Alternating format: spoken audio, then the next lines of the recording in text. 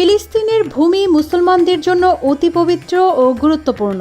এই ভূমি শুধুমাত্র ইতিহাসের সাক্ষী নয়, বরং এটি মুসলিম ধর্মের গভীর আধ্যাত্মিকতা ও ঐশ্বরিকতার প্রতীক। ফিলিস্তিনের জেরুজালেম নগরীতে অবস্থিত বাইতুল মুকাদ্দাস বা মসজিদুল আকসা ইসলামের ইতিহাসে একটি গুরুত্বপূর্ণ মসজিদ। পবিত্র কোরআনে আল্লাহ তাআলা মসজিদুল আকসার কথা তুলে ধরেছেন।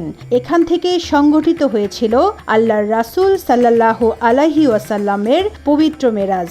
একে ইসলামের তৃতীয় পবিত্রতম স্থান হিসেবে গণ্য করা হয়।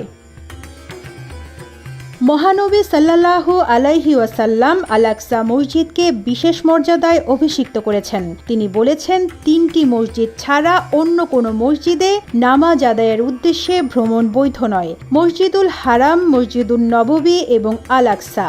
সহিহ বুখারী, মুসলিম হাদিস থেকে স্পষ্ট যে আল আকসা মসজিদ মুসলমানদের কাছে কাবা ও মদিনার মসজিদের মতোই গুরুত্বপূর্ণ।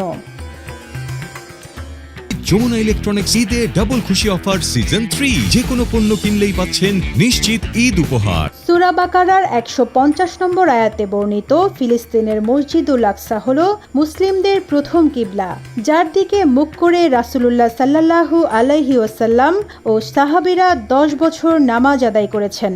মহান আল্লাহ বলেন, তুমি যেখান থেকে বাহির হও না কেন মসজিদুল হারামের দিকে মুখ ফিরাও এবং তোমরা যেখানেই থাকো না কেন ওর দিকে মুখ ফিরাবে। এক হাদিসে হযরত আবু দারদা রাদিয়াল্লাহু তাআলা আনহু থেকে বর্ণিত, রাসূলুল্লাহ সাল্লাল্লাহু আলাইহি ওয়াসাল্লাম বলেন, মসজিদুল হারামে এক নামাজ 1,00,000 নামাজের সমান, মসজিদে নববীতে এক নামাজ 1000 নামাজের সমান এবং বাইতুল মাকদাসে এক নামাজ 500 নামাজের সমান। আল আকসার প্রতি মহানবী সাল্লাল্লাহু আলাইহি ওয়াসাল্লাম ভালোবাসা ও মমত্ববোধের কথা তুলে ধরেছেন আরও অনেক হাদিসে।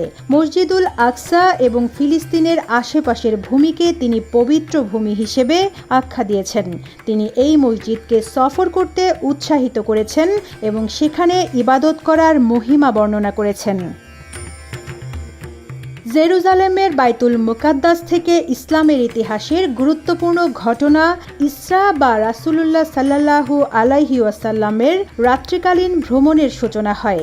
মেরাজের এই রাতে জিবরাইল আলাইহিস সালামের সঙ্গে আল্লাহর রাসূল 7 আসমান ভ্রমণ করেন।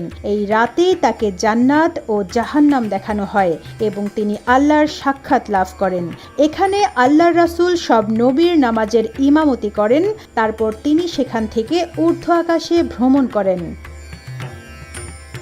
মায়মুনা রাদিয়াল্লাহু তাআলা আনহা থেকে বর্ণিত, আমি রাসূলুল্লাহ সাল্লাল্লাহু আলাইহি ওয়াসাল্লামকে বললাম, হে আল্লাহর রাসূল, আমাদের বাইতুল মাকদিস সম্পর্কে কিছু বলুন। রাসূলুল্লাহ সাল্লাল্লাহু আলাইহি ওয়াসাল্লাম বললেন, বাইতুল মাকদিস হলো হাসরের ময়দান, পুনরুত্থানের জায়গা।